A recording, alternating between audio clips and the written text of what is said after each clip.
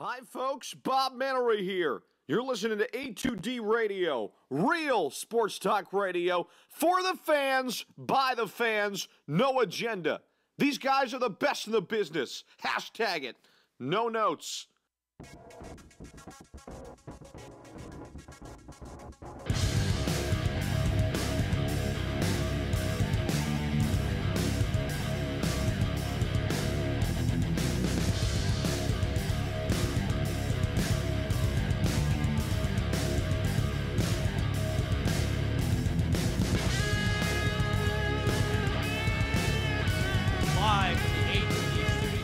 Atlantic City Studios, A2D Radio, 8 o'clock here in South Jersey.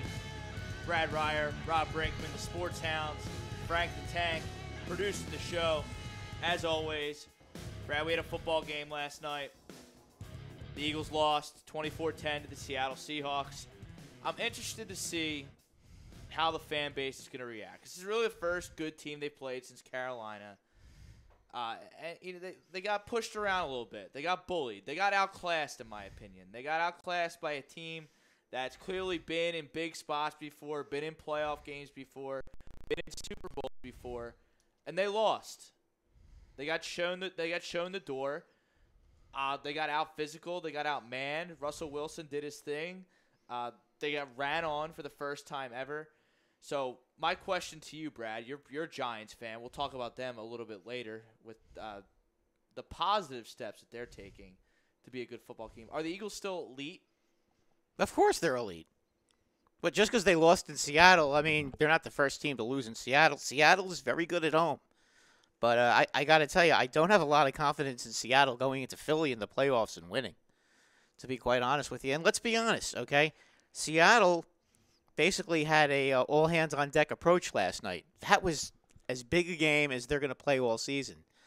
You know, they're barely ahead of Atlanta right now for the last playoff spot. They had to win that game. That was a must-win. The Eagles have really not been tested since the Kansas City game. I mean, you could make the argument that they got a bit of a gut check in the San Diego game, and they passed that with flying colors. But really, everything has come so easily to this team. I think they just weren't prepared for the intensity of a team like Seattle last night. I just don't think they were mentally prepared to play that game. I think that is a good wake-up call for them. And, the gut check really is going to be with them next week in Los Angeles. We'll see how they show up in Los Angeles. Let's get to the SconzanoSports.com poll question of the night. As a Philadelphia fan, how concerned are you right now? Is the sky falling? Are you moderately concerned? Or are you Aaron Rodgering, RELAX, relaxing? I would not be, if I was an Eagle fan right now, I would not be all that concerned. I'd be moderately concerned because my football team went out and didn't play the way I think they're capable of playing. But to be honest with you, again, if you were talking to me at the beginning of the season and asking me to tick off W's and L's at the beginning of the season, okay, this wasn't a game I would have given you a W for. I mean, it's a tough place to play Seattle. I don't think the Eagles came out really ready for the intensity and the fury that the Seattle Seahawks bring in a home game. They've had it so easy, they've been so good, and they've been destroying everybody in their path, the Eagles. I just don't think they are prepared to take a punch in the stomach like what they took last night. I would think that they will be very prepared for the Los Angeles Rams, and I think that might be the best thing for this team is that they got a kick in the butt last night, and at this point, they now know what they have to bring every day. That nobody is good enough to look past a team like Seattle or anybody else in this league that's good or bad for that matter. You just can't really do that. I think the Eagles, it's just been so easy for them that I just don't think that they were mentally prepared to play last night, and it kind of showed. I mean, it just seemed like Wentz missed a lot of easy passes. He did get hit a lot of times. There were a few things that I would be concerned about with the Eagles as far as the Seahawks seem to be loading their big guys at Vitae and trying to take advantage of that. We don't know what the deal is yet with Zach Ertz. I mean, is he going to be out any extended length of time? Has there been any announcement about that? I don't know. He went to the locker room with a head injury. James Wilder checking in. They'll be prepared for a punch in the stomach next week. They're prepared for a punch in the stomach now. I guess there's some truth to that. Yeah, I think that they needed. I think they needed that. I mean, look, it's not that easy. I mean, even when the Patriots went 16-0 during the season, okay, they got their punch in the stomach in the Super Bowl. Wouldn't you rather get the punch in the stomach week 12? Right, and I'm mildly concerned as a fan of the team. I thought some deficiencies were really exposed last night. Stuff we talked about in the summer. But what team doesn't have some deficiencies? Understood. No team is flawless right now. It's like in baseball. That's the thing. It's like when we talk about baseball. Guys go on hot streaks. The league adjusts. It's up to the hitter to readjust or the pitcher to readjust. Will the Eagles readjust next week? Michael Kendricks played a horrendous football game last night in my examination of the game. Okay, but let me ask you this. He was undisciplined. He left his assignment. Every time Russell Wilson could have been pointing at a hot air balloon. Russell Wilson, and he would have bit. Russell Wilson also everything. Russell Wilson can do that to a lot of guys. But the front did their job in flushing Russell Wilson out. The Eagles got enough stops to win that game. They did.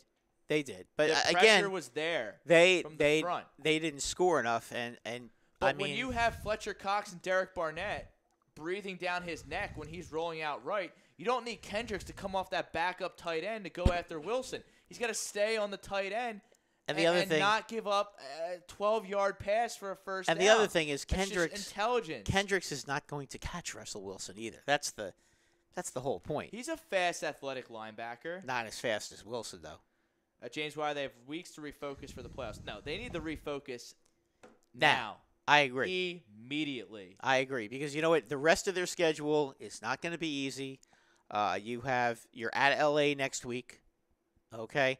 The Giant game, God only knows what you're going to get. But you know what? I would think that the Giants might be fired up to play that game. I'm not saying the Giants are going to win the game, but I could see the Giants coming out and giving them a competitive game.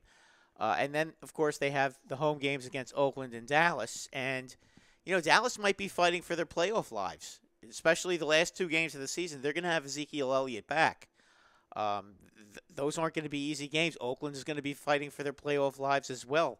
You know, in December, you're going to have a lot of desperate teams. The Eagles just need to notch up the intensity level again, and they'll be fine. They're a very talented, deep team. There's the only thing I don't kind of understand last night was where was Jay Ajayi? How come he didn't get the ball more? I know he was on the field a lot, but why didn't he get the ball more? They were playing from behind. The run kind of got lost in the shuffle last night, unfortunately. But getting back to the weaknesses that got exposed, Vaitai got exposed on the offensive line.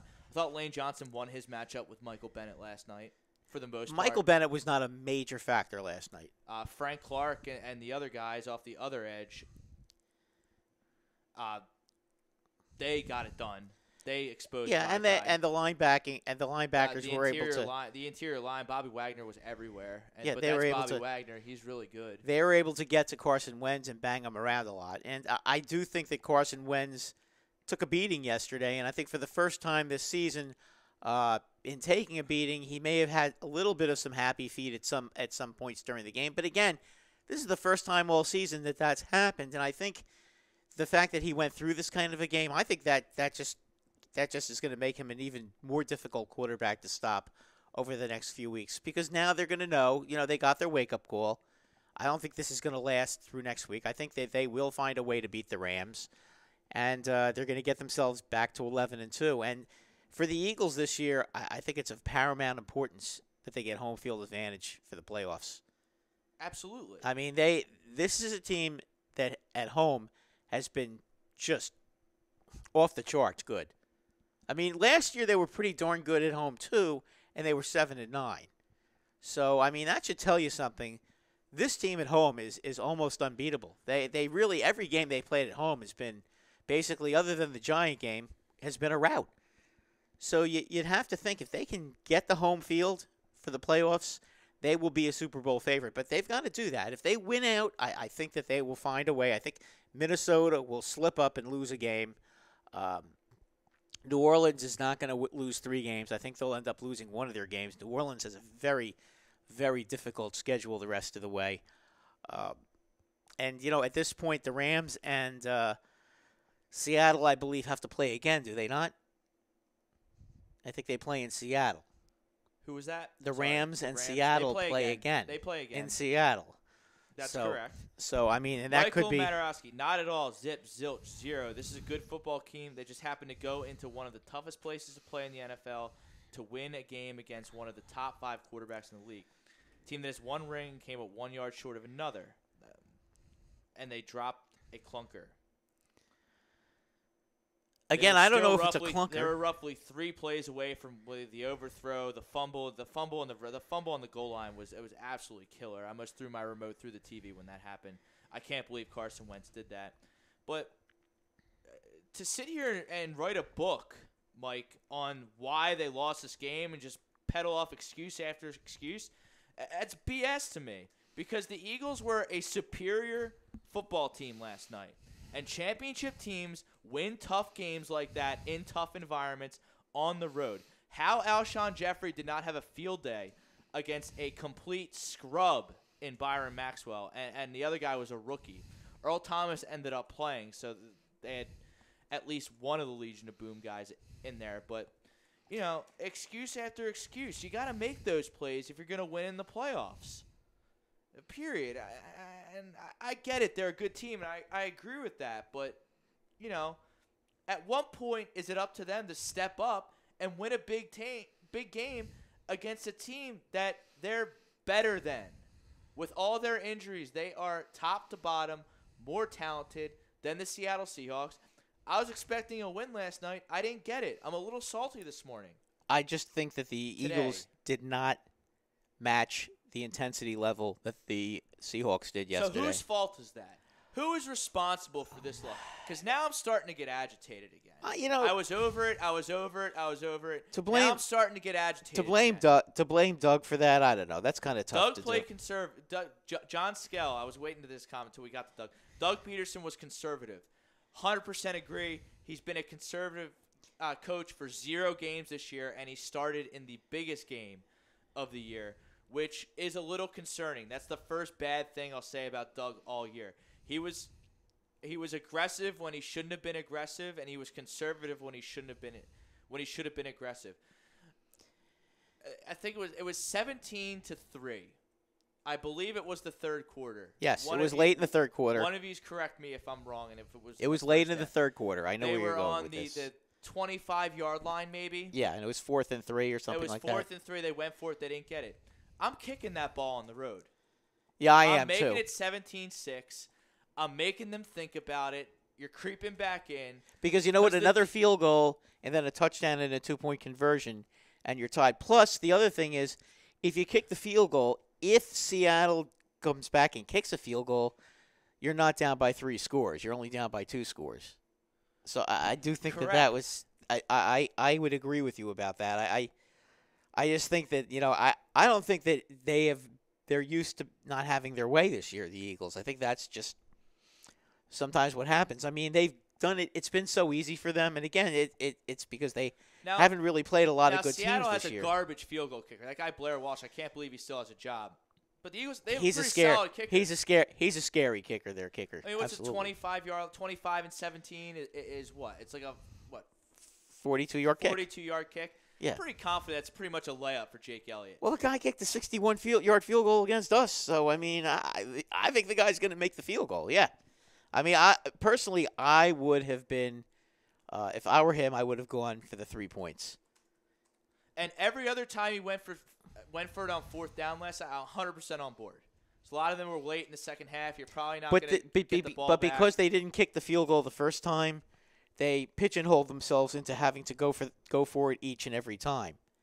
They were down there 3 times. But I'm fine with that because they've been doing it all season.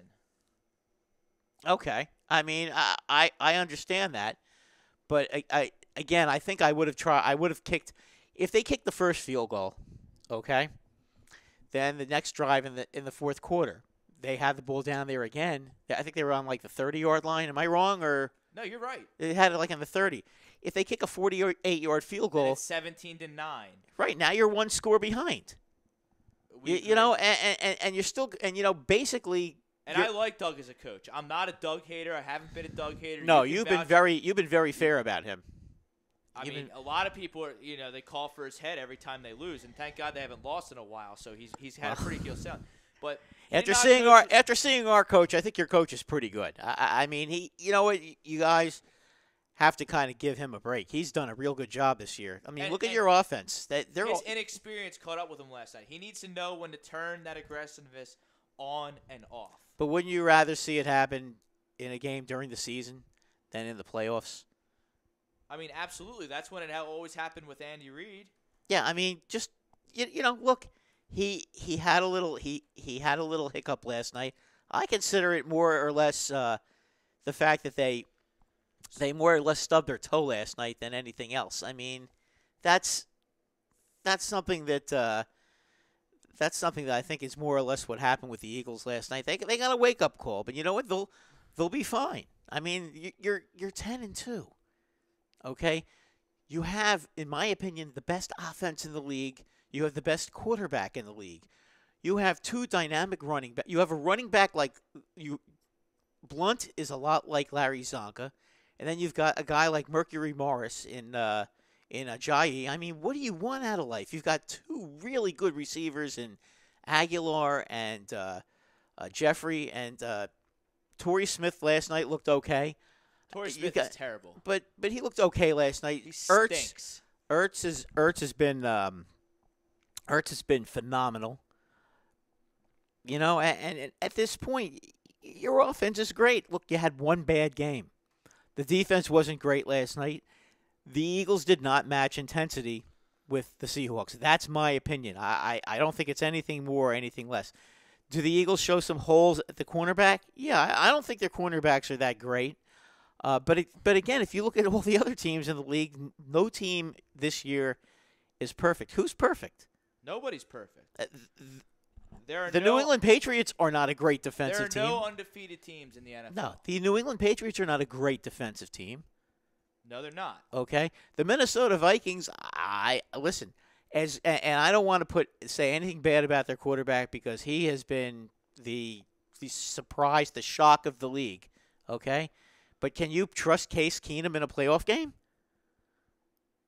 I don't know. Okay, well, that's what I'm saying. It's a question. It's a question. The Los Angeles Rams in a playoff game, can they be trusted?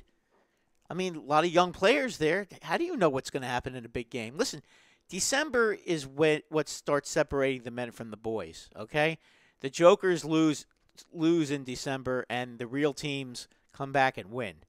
I am fully. I would fully think that the Eagles are fine. The worst case scenario for the Eagles would be probably the 2 seed. Worst case scenario, they're going to get a playoff bye, and the other teams are going to be wearing themselves out. That's basically what's going to happen. The Eagles are going through right now the toughest part of their schedule. They have 2 West Coast games in a row, which I can't believe anybody would schedule a team to do that. That's almost unfair. Then they have to come back home east to play the Giants. And, boy, what a trap game that is when they have to have Oakland the following week. And Oakland might be playing for their – I bet the Giants are a trap game. It could be because you know what Oakland is going to be – smoke the Giants like they do every time they play. But Oakland is going to be playing for their lives week 15. That's going to be a hard game. That's what I'm saying. It's going to be a real hard game. You said the Giants game was a trap game. That's false. Oh, I'm sorry. I meant the Oakland game is going to be a trap game because they're going to have Dallas the week after that. You know they always want to beat Dallas. Although I don't know who's going to play in that Dallas game for the Eagles if they have it wrapped up. I mean, there's a lot of things to look at. I'm sorry, I didn't mean the Giants stink. They don't have to worry about the Giants. I think the Giants will give them a battle for a half, and that's about it. But as I said before, the Eagles needed to play some good teams. They played a good team now, so I think they're going to be ready next time. Michael DeAndrew won 8 or 9 in a row. LOL, that's crazy. 10-2. It was bound to happen sooner or later. Go Birds. I'm surprised that there's not more sky is falling people out there. There shouldn't be. They've earned, this is Philadelphia. But the Eagles should have. I mean, You guys should Go ahead, have. Frank. What's going on YouTube? All right, so we got a couple of comments going on YouTube. We got Tom Womack asking, what's good, guys? He mentions that it was a bad game all around. Definitely a learning experience. And then Chev93 says, what's up, guys? I'm not wanting to complain about the officials, but last night was disgraceful at one point during the game. It was back-to-back-to-back flags on nothing. The point because that the pushed Eagles, the Eagles cheated on back-to-back-to-back plays. And then That's why the flags were thrown. This wasn't Pete Morelli. The fix was this wasn't Pete. It was they made some bad calls for Seattle. It was a Cornet. No more comments about the refs out there, people. You just sound like a crybaby. You sound unintelligent. Thank you. That's I appreciate not that. why the Eagles lost the football game I had last this. night. I had this argument with some guys yesterday on Facebook. They're complaining about the officiating and They're everything. just butthurt, Stop. shot out losers. Stop. The Eagles got beat. You They lost got the punched game. in the mouth. You lost the No game. more comments about the officials. You know what? I don't want to hear it. The Patriots have lost 2 games this year, guys. The Steelers have lost 2 games. A lot of teams have lost 2 games. You know what? It happens. You're not going to go undefeated in the NFL this year. And then Chev continues saying, but continuing off from his comment that pushed him over the edge was the same tripping call we got called, but they didn't call it on us. But I'm not happy we lost, but we needed to humble so we know what we'll have going forward. It's not the ref's fault, John Burke. That's stop. Just stop. You're making yourself sound stupid. Anyone that wants to complain about the refs, it's falling on deaf ears. I'm not reading any more comments about the refs. That's not why the Eagles lost the game. The Eagles lost because they fumbled on the goal line, which cannot happen against a team that good. They came out flat. They also messed up on the lateral. Well, I mean, they had, 10 seconds to make that decision. Yeah. Okay. But I mean, it. You know, when you watched it live, it didn't look like a forward lateral. It did not. It did not, because Wilson runs so fast. And when he Seattle, threw to it, their credit, rushed to the line and hiked the ball. Yeah, because they're a smart team. Quickly, so the Eagles can't, because it's not a scoring play. It's not an automatic review. No, of course not, and that had something to do with it. But I mean, look, just because they were able to get away with that play, that doesn't mean the Eagles should let them score either. I mean, Troy Jalbert, go Birds. In an expected loss, we have a right time winning in Seattle, learn from our mistakes, and get better. It was not an expected loss, in my opinion. The Eagles were solid favorites heading into that game. With Cam Chancellor and Richard Sherman out, the Eagles are a superior football team to the Seattle Seahawks. They should have won that game. Talent-wise, you're talking about. Championship teams win tough games like that on the road. This team has a lot of growing up to do. They got to go back to the drawing point at some parts. They need to teach Michael Kendricks how to be disciplined. Yes. They need to teach the quarterbacks to be a little less aggressive and still get the job done.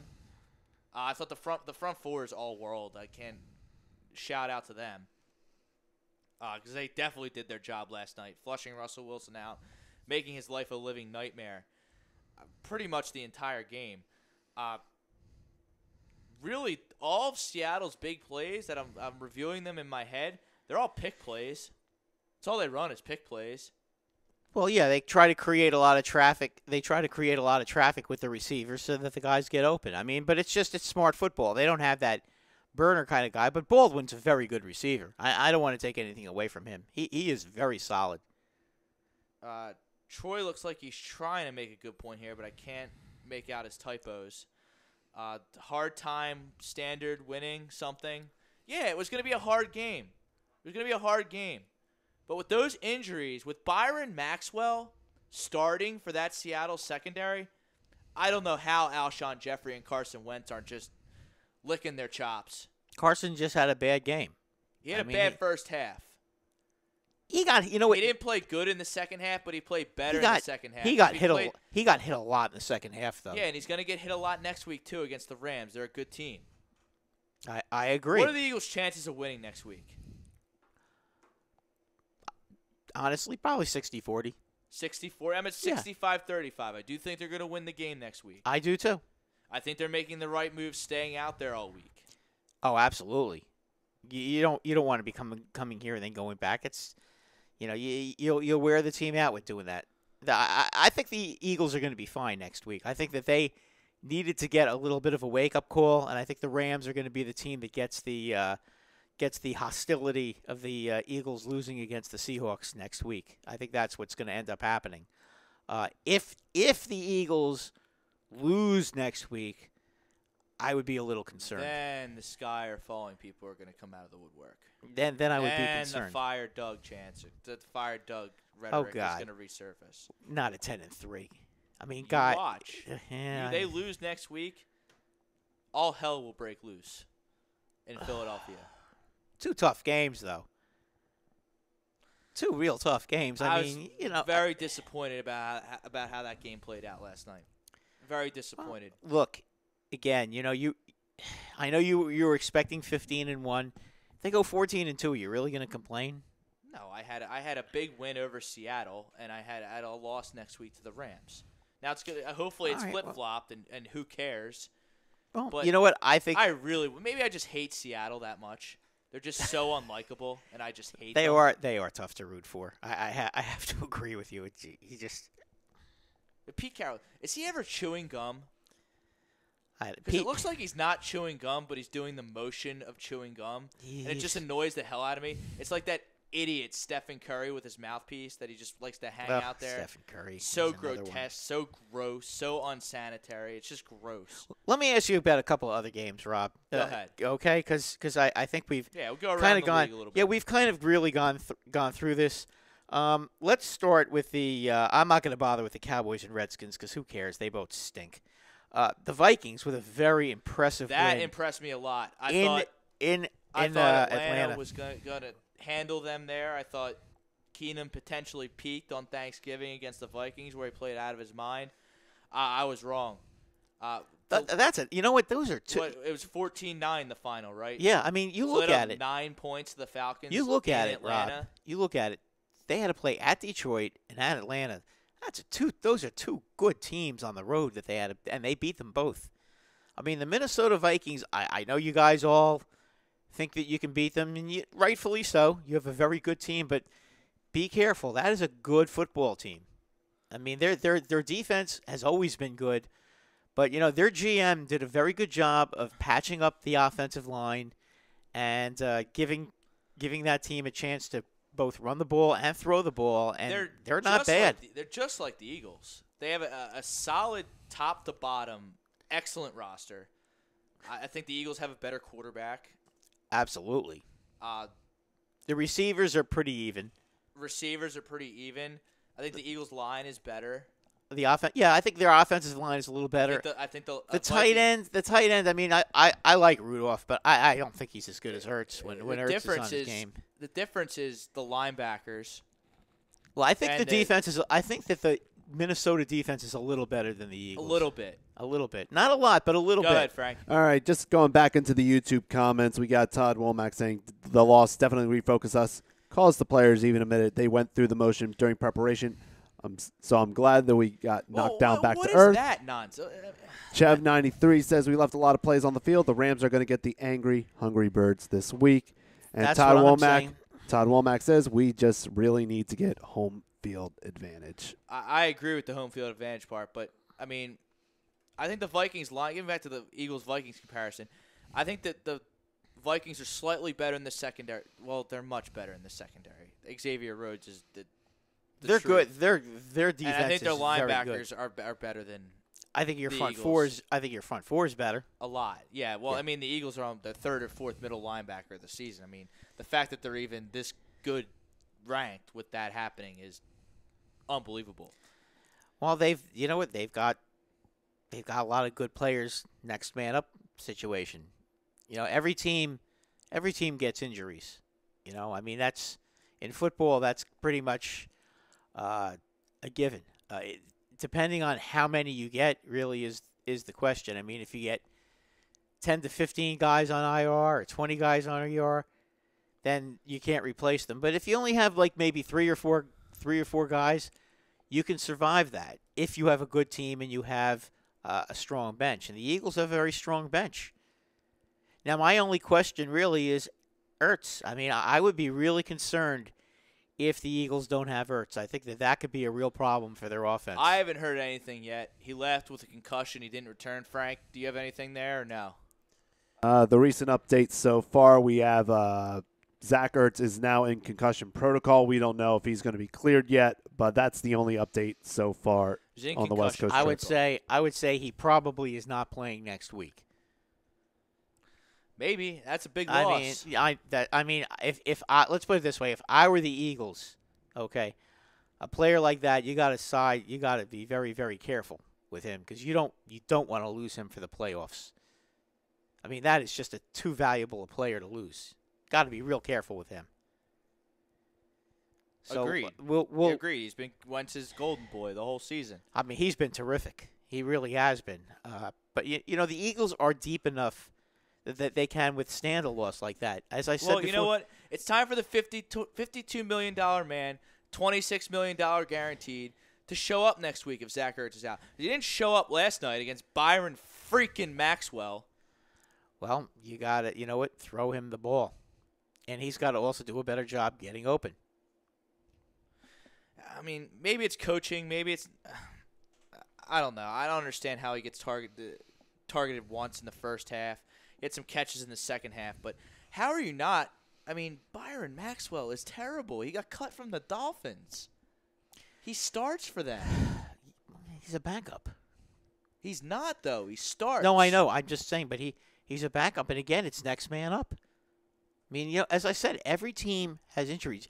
You guys are missing. Why isn't that being exploited? But you guys are missing for big time production. You guys are missing some guys too. Everybody is missing players at this time of the season. Nobody has a perfect roster That doesn't mean anymore. the Eagles can just say, "Oh, okay, well, Byron Maxwell's out there. Well, we'll test him later." You have to be able to take advantage of that matchup. But you know what? I fully would think, as I said before, if I'm a Seahawk fan, I don't have a lot of confidence that they're going to go into Philadelphia and beat that team. I mean, I've seen this team at home. But they know they can beat the Eagles now. Well, which if you give an underdog a glimmer of hope, you got problems. Do you really think that they could beat them twice in the season? Yes. Boy, I don't know. Based on you what ask, I've seen, could they? Will they? Probably not. I don't think. Hopefully, they don't have to play them. After seeing what I've seen from the Philadelphia Eagles this year, I'd be very surprised if they lost 2 games to anybody. I mean, that's a really good offensive football team, and that's a very confident offensive football team. I mean, they lost a tough game on the road. They're not the first team that's ever done that. I mean, and Seattle is a very dangerous team at home. They just got to win next week. And it's fine. Yeah. Right the ship next week. Fine. Right the ship next week, and then you go back to you go back to basically Party City with the team right now. Looking at some of the other games. Let's move up the turnpike though, Brad, because the Giants this morning. I'm sure you threw a kegger at your house with all your little Giant friends. Ben McAdoo. We were rather happy. More importantly, Jerry Reese out in New York. Thank God. Long time coming for Jerry Reese. So it's just. He should have been gone 2. He should have been gone 2 years ago. Jerry Reese is terrible. He stinks. Yeah, I mean he's 11 games under 500 since 2012. I think Ben McAdoo is an offensive coordinator. Whether he gets another job again after this disaster, we'll see. But I think he'll get another. That I could see that, but you know what? The fact that it's not the fact that he benched Eli Manning. It's the fact that he benched Eli Manning for Geno Smith. Okay, but have they signed Bill Cowher to a GM head coach deal yet?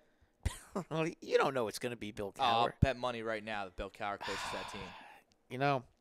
All in, full control, GM coach. What about Gruden though?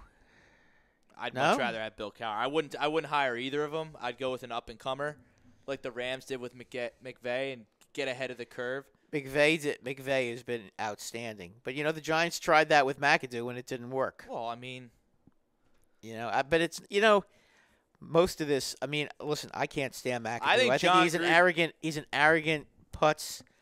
But let's be honest, Jerry Reese did a terrible job. Gruden's a character. I think Gruden is much more flash than substance. The only reason he has a Super Bowl ring is because Tony Dungy built that defense, and he swooped in at the end and vultured the Super Bowl because he got the offense to get a couple first downs. He always came up short in Oakland. Granted, he got screwed by the tuck rule. Yes, he did. But Oakland was always a really good team. But I mean, after that defense kind of got broken up, I mean, he didn't really do much. A lot of below 500 records. But he's not. But he wasn't the GM. He didn't select. He didn't go shopping for the groceries. You know, I mean, that's the thing, and you gotta earn that though. No, I understand that. Listen, Bill Belichick goes shopping for the groceries. He's earned that right. Yes, he does. Most coaches don't get that opportunity to do that.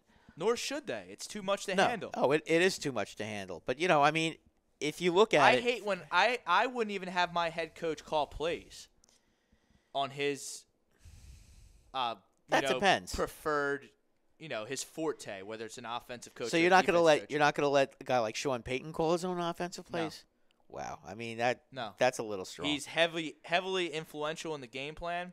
And, if you're going to script your first 15, first 20 like Andy Reid used to do, which I'm sure all the coaches around the NFL do these days, he can be involved in that. But, let me ask you this. If Doug Peterson doesn't have to think about calling plays, does he challenge that lateral?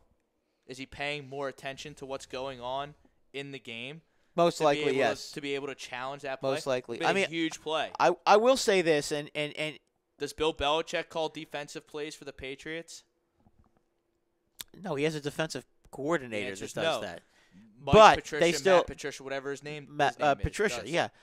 But he does have the he has the ability to. My point being is Bill Belichick is one of the most gifted defensive minds in NFL history. But he does not call in-game plays. He also can change somebody's play. I mean, Bill Parcells, when he was coach of the Giants, he did not call his plays. They had an offense. I think Earhart was the offensive coordinator back then. But if Bill Parcells said run the ball, okay, they were running the ball.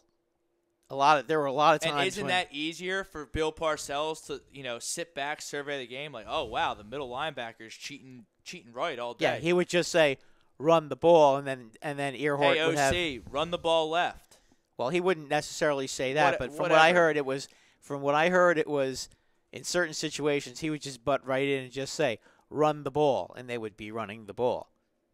And he would just interrupt with whatever they were doing, and they would run the ball. And I think that's where Rob they were going with that. As much as I trash other teams, I think it's only fair to criticize our own. Being a real fan, what are your criticisms, Rob? I don't even know who you root for. But getting back to the Giants, I fully expect Bill Cowher to be the coach of the Giants very soon. Well, we'll see. I mean, I don't know if he's the leading candidate or not. He should be. Let's see. Just looking at some of the comments here, JHO2OT247 thinks the Eagles got scared and got beat up by some grown men that were disrespected all week, and the Birds got their boats rowed. That might be a little strong. I mean, that. I agree that Seattle came in with a chip on their shoulder because they were disrespected all week. I think Seattle, as I said before, Seattle had a all hands on deck attitude yesterday. I mean, they had to win that game. But why wouldn't the Eagles have that mentality? Because the Eagles for all intensive purposes, the NFC How East many is over. comments have we had tonight? Imperative to get home field advantage. I agree. If I know that, shouldn't the coaches know that? Shouldn't the players know that? Sometimes you got to come out with your hair on fire every single goddamn week. And they didn't last night. I don't think sometimes. Against an inferior football team. I think sometimes these guys, when it comes to home field, don't take it as seriously as they should. I think winning a division, making the playoffs, I think that they have their hair on fire. I don't know. You know when it's going to hit them? When they got to go to Minnesota for the NFC Championship game, and they're getting hit right in the mouth. That's when it's going to hit them. That's where they have to. Maybe we shouldn't have went through the motions all week at practice when we were playing the Seahawks. Well, that's something that I'm trying to happen. stay level-headed so bad, but it makes me mad that they lost that game last night. If they lost take a look. 31-30 or 31-24, fine. Okay, you went out there, you fought the good fight, and you lost. Because Seattle's not a bad team. No, they're not. It's just, and then you hear players, oh, we were just going through the motions. Oh, we needed this hit in the mouth, and we'll be ready next week. Like, no. Be ready to go against Seattle this week. Put a stranglehold on home field advantage and get it done. Okay. I'm going to give you the next 4 games, the final 4 games for the Minnesota Vikings. Okay. Okay? Next Sunday, 1 p.m., Panthers at Carolina. That's a road game. That's a road correct? game. That's going to be their 3rd game in a row. That's the on the 3rd road. straight road game. I'm going to give that to Carolina reluctantly. Okay. Home for the Bengals. That's a win. Then they're on the road against Green Bay. Is Aaron Rodgers playing? Big TBD right there. Yeah, that's a big one. Would the Green Bay Packers bother playing him in a game if they're out of it? Well, the Packers won yesterday, so if they win out, they're still in the mix here. Barely. They don't own any tiebreakers. I mean, they're No, it's looking very, very bleak. No, and their last game of the season, the Vikings play at home against the Bears. So that's probably a win. They've got 2 games which you would fully expect them to win. I'm thinking worst case scenario they split the 2 road games. Sounds like 3-1. 3-1 to me. Sounds like 3-1. And then the Eagles have the Rams next week, which is if you want to be serious about getting home field advantage, that's a tough game. But you got to strap it up. And you got to beat a good team on the road if you want to be serious. That's what the Vikings did yesterday. Vikings have done it twice. They beat over 500 teams twice to get themselves in the spot they're in. I mean, listen, you can't take away from the Vikings. They went to Detroit and won, and they went to Atlanta and won. Okay, so you got the Rams. The Giants has to be a win. That should be a win. The Raiders, which that game is probably going to be everything for the Raiders. It's Christmas night in Philly. I'm going to give the nod to the Eagles there because it's a holiday. I do too. West Coast to East Coast. But I'll tough tell you, draw for the Raiders there. I'm going to tell you this, though. The Eagles had better show up and play the game. I agree. You know what I'm saying? Agreed. If they show up and they play the game, they'll destroy Oakland because Oakland's defense is not good. Derek Carr is not good either. He has not been good this year. The Oakland Raiders really have not been a very good football team. We can take Derek Carr off these graphics about which young quarterback would you want to start your team. You see these things on Facebook? Young Frank, you know what I'm talking about? No, he's not. He's not. The graphics on Facebook where it says it's like 4 or 5 young quarterbacks. Like, which one would you start your team with? Mariota, Wentz, you know. Yeah, exactly. Derek Carr is usually on the Derek list. Carr is usually on there, yeah. Goff we can take and those his guys. ass off that graphic. That guy stinks. Yeah, I think looking at him now, I mean, you got to throw in the injuries. I think at this point right now, you have to take him off. If somehow next season he gets it all back together, maybe put it back up. But right now, I would take him off. You take Marcus Mariota off that list. He has something to prove, Carr. Oh, absolutely. And Mariota, you know what? Mariota has not really done enough to be on that list either. They lost to the Texans yesterday. I know they did. That's a bad loss. That's a terrible loss. I know that they battle down there in Houston, and they have some good players, but they have no quarterback. You want to be in the playoffs. You got to beat. And you know what? And you can't get your behinds just ripped apart by the Pittsburgh Steelers. I know the ball over too much. I know the Steelers are a good team. I'm not taking that away. I'm not taking anything away from the Steelers. But if you're the Tennessee Titans, you can't get drilled like that in Pittsburgh. I mean, that game, what did they lose? 42-17. It was bad. That was a terrible game. I mean, the Steelers could have scored 50 points if they didn't get so sloppy in the first half. I mean, that was a terrible game.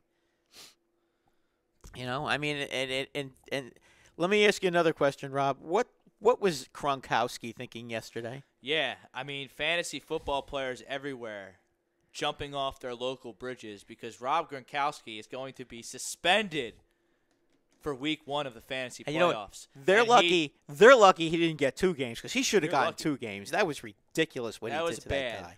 I don't know what he was doing or what he was thinking, but I mean, you can't. He rammed his head into the ground. What the heck?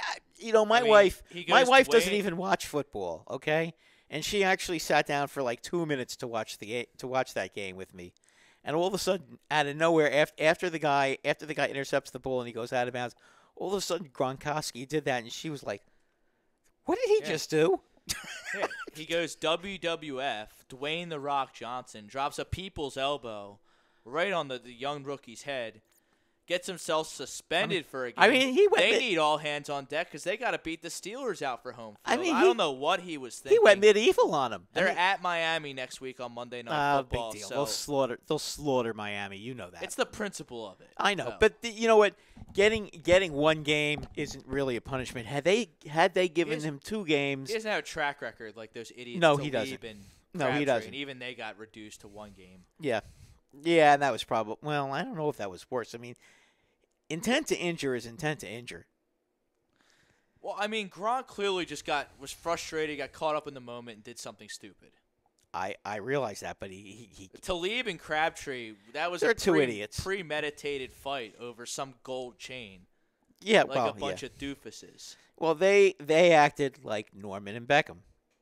But I mean, it was the same stupidity. Those 2 guys don't like each other, and they were acting like children. I mean, that's kind of what happened there. But Gronkowski's got to be smarter than that, you know. And hopefully for his sake, he will be. I don't think that it's going to matter. I think the Patriots, at this point, the way they're playing right now, the Patriots are slaughtering everybody. So they're number 1 on the power rankings now that the Eagles lost and they've won 8 straight.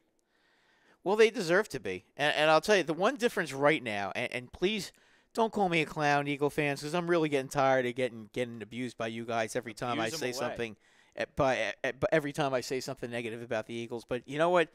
The New England Patriots, when they go on the road, okay, they beat the best on the road. Saying the same thing. The whole show. They don't have these problems on the road. They go out and they. You know, do they sometimes in the beginning of the season get off to a little bit of a slow start? Yeah, but you know what? In November and December, every season they have these difficult road games and they win. They lost to the Chiefs in the opener. Right. And I think they lost week 3 to the Bills. Am I wrong, or it's the Bills, right? Didn't the Bills beat them? I don't recall. Yeah, I thought it was the Bills. If Jeff Crocker, if you're listening out there, let me know who it was, because I can't remember if it was the Bills. Yes, if it was the Bills or not, because I just can't remember who they lost to. I think it was the Bills, and I think they beat them in. I think the Bills beat the Patriots in New England, which was a pretty impressive win at that juncture of the season. But be that as it may, all I'm saying is that the Patriots, who are a championship team, every season it doesn't matter where they play. They go out and they win, and it's just very impressive how they do it. I mean, they do it week after week after week. Okay, I got the Patriots actually. Let's see. Okay, that's preseason. Here we go. They lost to the Chiefs. Then they destroyed the Saints in New Orleans. That's right. Okay. See, look at that. And look at that. A road win in a tough environment, right. And the Patriots won going away. Right. Then they beat the Texans. And then they lost at home to the Panthers. Okay, it was the Panthers. I'm sorry. Sorry for giving the Bills too much credit. It was the Panthers. And JHOT247 did mention that it was the Panthers. It was the Panthers. By saying Graham Gano, the kicker, beat the Pats. Yes, That's right. Did. That was in Foxborough. I remember it was in Foxborough. Yes. Okay, but Cam Newton actually played. Well, he always plays up to his competition, but yeah. And basically, I mean, the Patriots just do what they do. I mean, okay, if you're looking at their schedule as far as quality road wins, really their most quality road win of the season this year was the Saint game. I mean, you beat the Saints in New Orleans, guys. That's a real big win. They let's see, they beat Tampa Bay in Tampa Bay. They beat the Jets down here.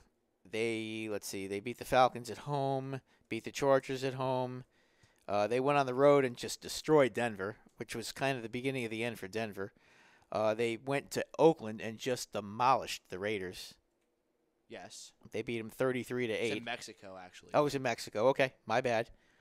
They still demolished them. It wasn't in Foxborough.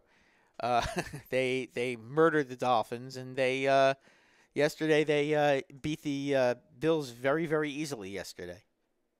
Very easily. I was watching a lot of that game. They never were really in trouble. They So, were.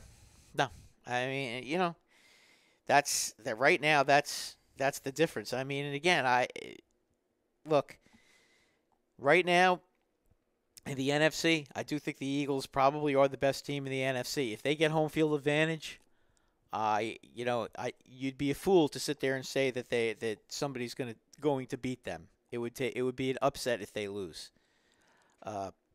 If they play in the Super Bowl against the New England Patriots, and you're putting a gun to my head, sorry, life on the line, you die if you lose. I'm going to be picking the Patriots to win that game right now. And I have no axe to grind there. The New England Patriots and the Philadelphia Eagles, I hate them both probably equally. I mean, keep in mind, if you're a Giant fan, probably the 4 teams you hate the most are New England, Washington, Philadelphia, and Dallas. So, really, between those 2 teams, you're going to get my honest opinion. And my honest opinion is if my life is on the line, I win or die. Why I'm is there picking so the much Patriots. animosity towards the Patriots as a Giants fan? Because you beat them every time you play them. Because you're not in the same conference. You're not in the same division. Because it's Boston. You just hate Boston that much. Yes, it's a Yankee Red Sox thing, which spills over into the other sports. That's basically, and the Rangers and Bruins, back in the day, the Ranger fans hated the Bruins and the Bruin fans hated the Ranger fans. I mean, that goes back so many years. It just kind of spills out with the foot because they're not even in the same league or the same division. But trust me, I think you have the same feeling with New England fans. They hate the Jets, but I guarantee you they hate the Giants more. At least I would think so. Frank, let's take our first break. We'll get back. I want to get into the Flyers. Brad, you're a much more astute hockey fan than me. Frank probably knows more about hockey than me. I don't know much. I have been following the Flyers quite closely over the last couple weeks. They're absolutely terrible. I want to find out why, and I want solutions after the break. Sports Hounds, A2D Radio.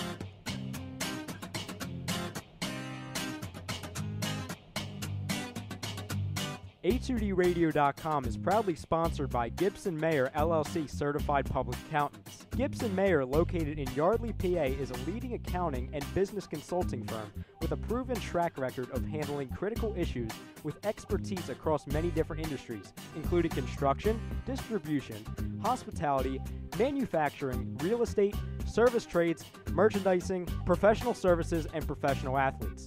Give them a call at 215-369-3300. That's 215-369-3300. Your initial consultation is always free, and if you tell them that Tom and Mike from AM and the PM sent you, you'll receive 15% off all income tax services completed by February 15th. That's Gibson Mayer LLC Certified Public Accountants, 215-369-3300, or visit them on the web at www.gibsonmayer.com. That's gibsonmayer.com.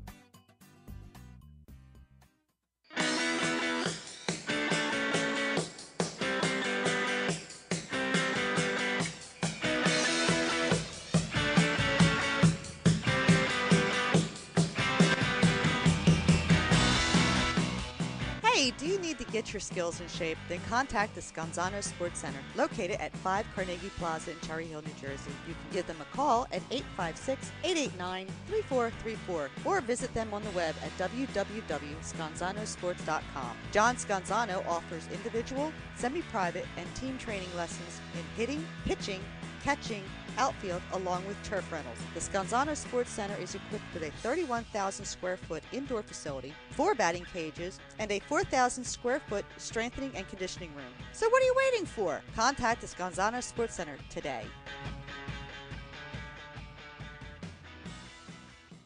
Hi, folks. Bob Mannery here. You're listening to A2D Radio, real sports talk radio for the fans, by the fans, no agenda. These guys are the best in the business. Hashtag it.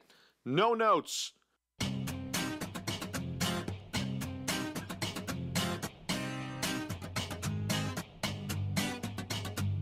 A2DRadio.com is proudly sponsored by Gibson Mayer LLC Certified Public Accountants. Gibson Mayer, located in Yardley, PA, is a leading accounting and business consulting firm with a proven track record of handling critical issues with expertise across many different industries, including construction, distribution, hospitality, manufacturing, real estate, service trades, merchandising, professional services, and professional athletes. Give them a call at 215-369-3300. That's 215-369-3300. Your initial consultation is always free, and if you tell them that Tom and Mike from AM and the PM sent you, you'll receive 15% off all income tax services completed by February 15th.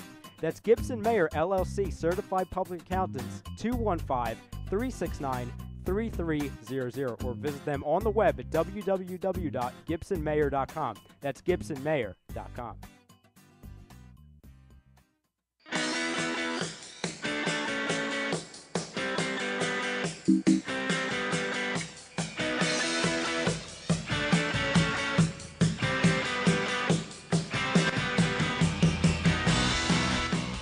Hey, do you need to get your skills in shape? Then contact the Scanzano Sports Center, located at 5 Carnegie Plaza in Cherry Hill, New Jersey. You can give them a call at 856-889-3434 or visit them on the web at www.scanzanosports.com. John Scanzano offers individual, semi-private, and team training lessons in hitting, pitching, catching, outfield, along with turf rentals. The Scanzano Sports Center is equipped with a 31,000 square foot indoor facility, 4 batting cages, and a 4,000 square foot strengthening and conditioning room. So what are you waiting for? Contact the Scanzano Sports Center today.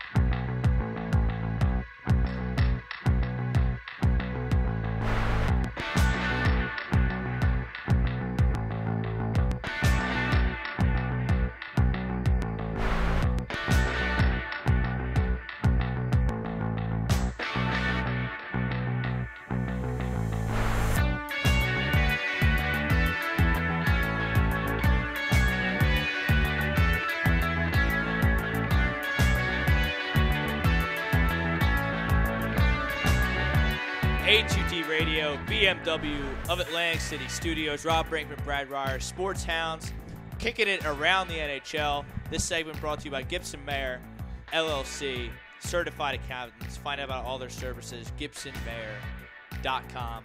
Brad, take us through the NHL tonight. Then I want to get into the stinky, pathetic Flyers.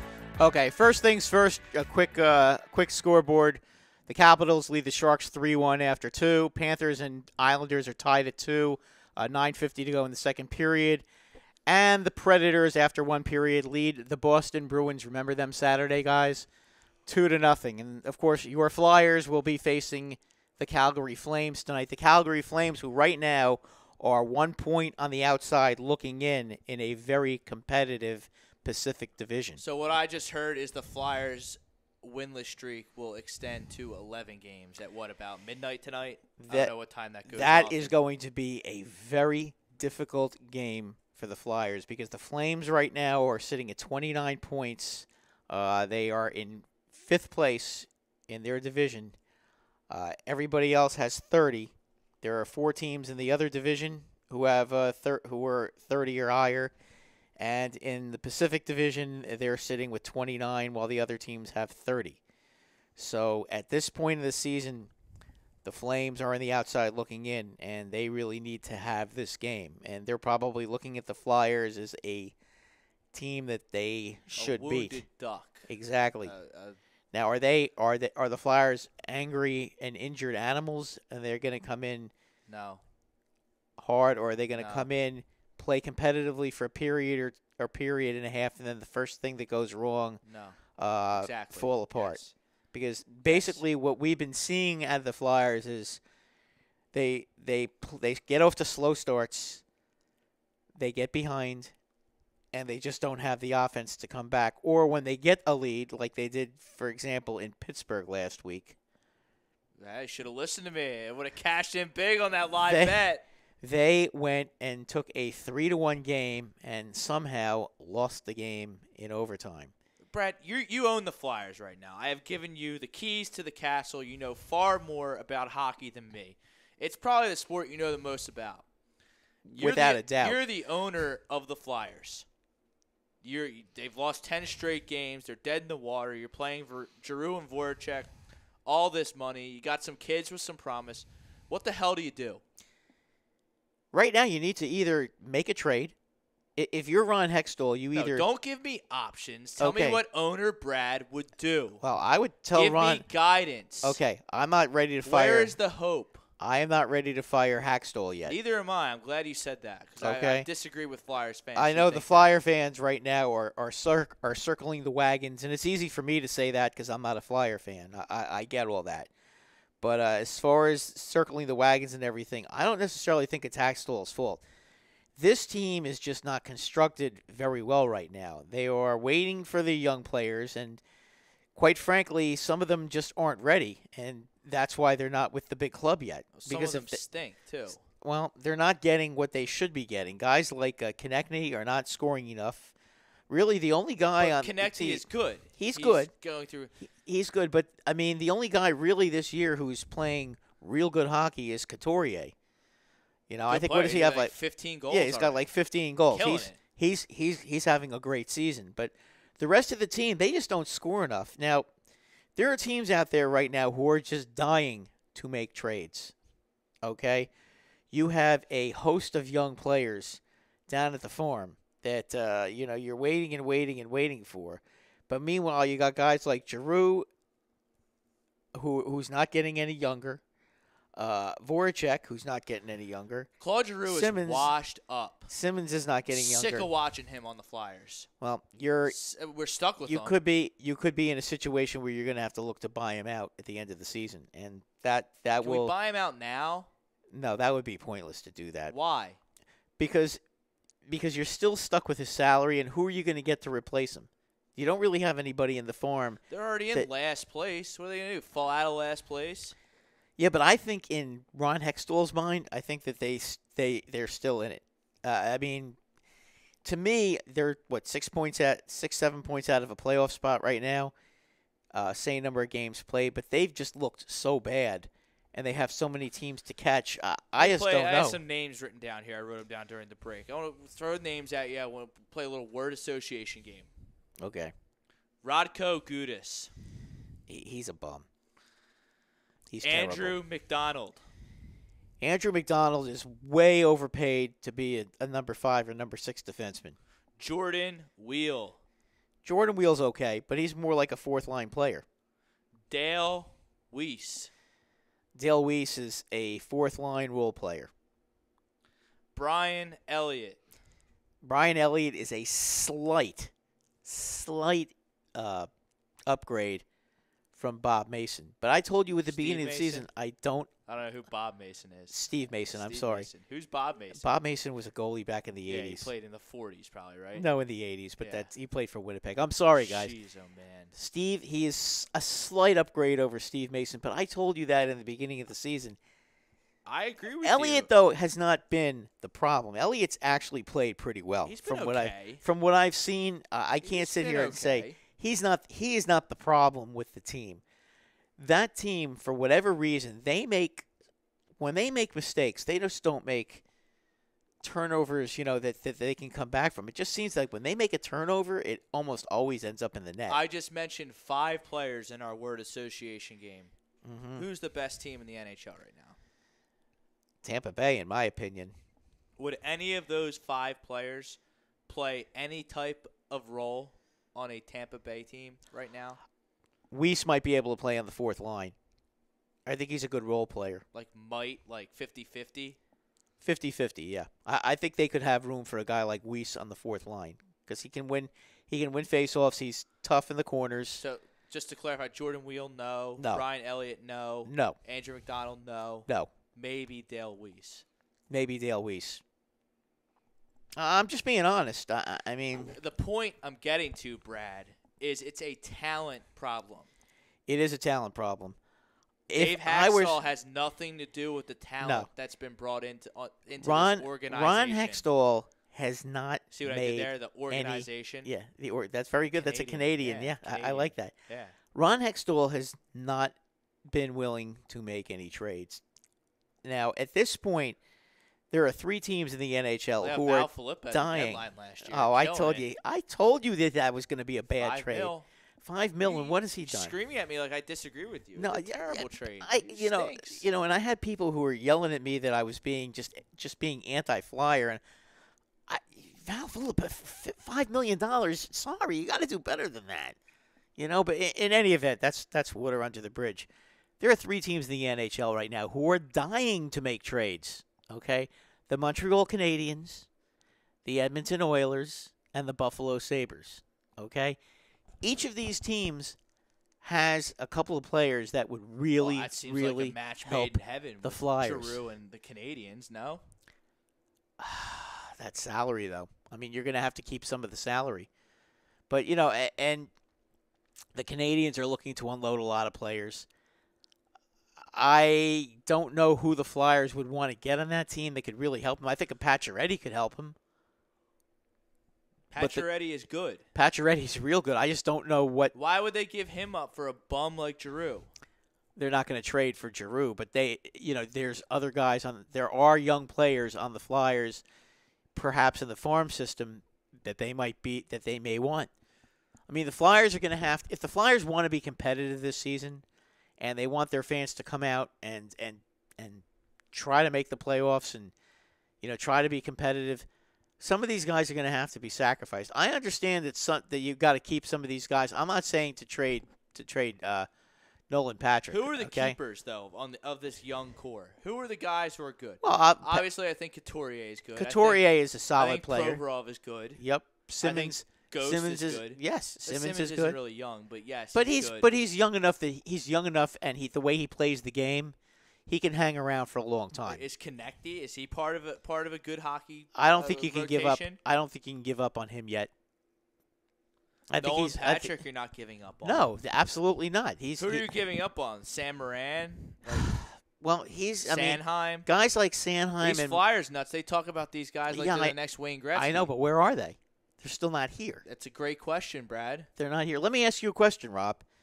If I'm the Buffalo Sabres right now, and the Buffalo Sabres are trying desperatly, they're worse than the Flyers. They're worse than the Flyers. You know what? They're looking to trade Evander Kane. They're looking at this morning. I read that now everybody on the Buffalo Sabres is now available. They want to blow the whole thing up. If everybody on the Buffalo Sabres, that's an arm and a leg for Eichel, though. Flyers can't pull that off. Let me ask you a question, okay? Is Jack Eichel worth building your team around? I think he is. What do you think, Mr. Yeah, Hockey? I think he is. Now, Buffalo has tried to do it and have failed, but but that is not his fault. They've gotten him no help. But then are you going to put yourself in a position where you have Jake Eichel and nothing? You're going to have to give up a lot to get him. And I believe he's already gotten a monster payday, correct? Has he gotten an extension yet? Eichel? I'm not sure. I'm pretty sure he got I'm not sure he got Eichel. Eichel. I don't know if Eichel got the extension yet. He may have. But you know what? That's a guy you could build your team around, though. It is an extension, 8 years, $80 million. So that's a lot of coin. 8 years, $80 million. That's $10 million a year. Yeah. The only way the Flyers can make that trade is if they buy out Giroux. Done. Okay, that's no the problem only with way. it. Yeah, they're no gonna have problem to, with that. They're going to have to. Yeah, they would have. If they did that, they would have to buy out Giroux because nobody is going to take Giroux with that salary unless they were able to trade him and keep some of the money. And that probably wouldn't make any sense to do that. So, but that's a guy that could really, really help the Flyers. Now, another guy who is eminently available is Ryan Nugent-Hopkins. I don't even know who that is. Okay, he is a center who is a very good offensive player. Edmonton needs a defenseman in the worst way. The Flyers don't have any defensemen. They have two defensemen out of a 6. Well, they need a defenseman. Edmonton could use a gritty wing. They need grit on that team desperately. They've got some supremely talented players on that team, but that team is in deep danger of not making the playoffs. So that's another team that they could probably try to trade with. I know that the Rangers are talking to the Edmonton Oilers about Ryan Nugent-Hopkins, and from what I understand, JT Miller has to be part of a package, and the Rangers don't want to do that. Now, if I were the Rangers, I would consider it because I think the Rangers really need a center, especially with the loss of Mika Zibanejad to a concussion, which is, don't know. He's a good player, and you don't know how long. We don't know how long he's going to be out. But that's a guy the Flyers should try to maybe target. I mean, there are a lot of teams, right? Those 3 teams right now are ready, willing, and able to trade with anybody, as are the Vancouver Canucks, who have been a surprise in the league. But I got to be honest with you, they're not a good team, and it's only a matter of time before that team goes down the drain. It's like the Flyers when they won 10 games in a row and got us all excited last year. Yeah, but Vancouver is a lot more fraudulent because the Sedins aren't going to keep it up. They're old already. I mean, old players don't usually play great all season. They tend to hit the wall at about 50 games. So you think the Flyers can realistically trade for these guys? They are going to have to be. They are going to have to be willing to not mortgage their future, but take a little bit of their future and try to bring a star to this team. This team desperately needs a player. But if you trade young guys who haven't even been in the NHL yet for a guy who's like 24, 25, that's going to be with you for maybe the next, 6 years? What's wrong with that? Nothing. That's what I'm saying. A guy like Jack Eichel? I know he's young. Hopkins-Nugent guy or whatever. Ryan Nugent-Hopkins is what, 27, 20? I have to look it up. I think he's like 27. Okay, but he's under 30. He's a real good offensive player. I mean, he's a guy that could help a lot of teams. And I know that the Oilers is 24. 24. Okay, yep. There you go. See, he was one of those millions of first-round picks that they. He was the first of Edmonton. He's a big-time player, and you know what? Edmonton wants to trade him for whatever reason. Are Travis Sanheim and Sam Morin, are they worth holding on to? Are they going to turn into a guy that's as good as Jake Eichel, as good as I don't think they're going to be. Hopkins? I don't know if they're going to be as good as Jack Eichel, but I can tell you right now, Ryan Nugent-Hopkins, in the last 4 years, Hextall's got to get creative here and get this poor coach some players he can, run his system with. Because right now they have, Voracek's a nice little playmaker. Giroux is really not giving you nothing, especially with how much he gets paid. I don't know what's going on with Simmons. He hasn't been doing much, unless I'm missing something in the games I'm watching. Couturier is really the only guy you can really write home about is a guy who's playing pretty good let me ask hockey. you a question. How many guys in the Flyers right now have 10 goals other than Couturier? Probably not many. I don't think any. Voracek has a buttload of assists, but not that many goals. I think less than 5 goals. Nugent-Hopkins has 10 goals and 9 assists right now, which is pretty good. And that's fine. And Voracek, he's only got 2. I think he has 2 goals, but he has something like 25 assists. Okay, but that's good. If he's got a lot of assists, he's got a lot of points. That's not a bad thing. Now, Nugent-Hopkins, for the most part, he's had years fine. where You have Voracek and Giroux who are the same player. They're both playmakers. Okay. Nugent-Hopkins has never scored more than 24 goals in a season. He's only 24, though. That's correct. But his first season. Has he been over 20? He's had 18, 34, 52. Then second season, he only played 40 games. I think that was the strike 18, season. 34, 52. Yeah, then 2013, 14, What's that, 19. 18 goals, 30 whatever. 18 assists? goals, 34 assists, 52 points. Okay. 2013, 14. So the fact that he's had 18 goals prior to being 25, that was his rookie season. That's pretty good. And they're trying to trade him. Why? Because they need a defenseman. But And they want God's name they are the want Flyers going to give up to get him? The Flyers but stink on that defense. That They're is terrible. but that is the general manager's job to figure that out. It's not fantasy baseball, Brad, where you can just twist somebody's arm and blow up their phone until they say yes. It's way more moving parts. I understand that.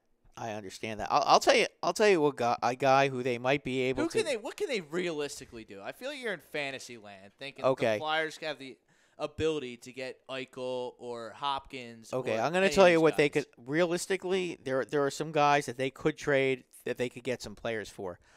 Cam Talbot has struggled mightily this year with Edmonton, and I believe he's injured now. Maybe you trade Elliott and you bring up the kid, and you try to use him as a trade. Edmonton needs a goalie.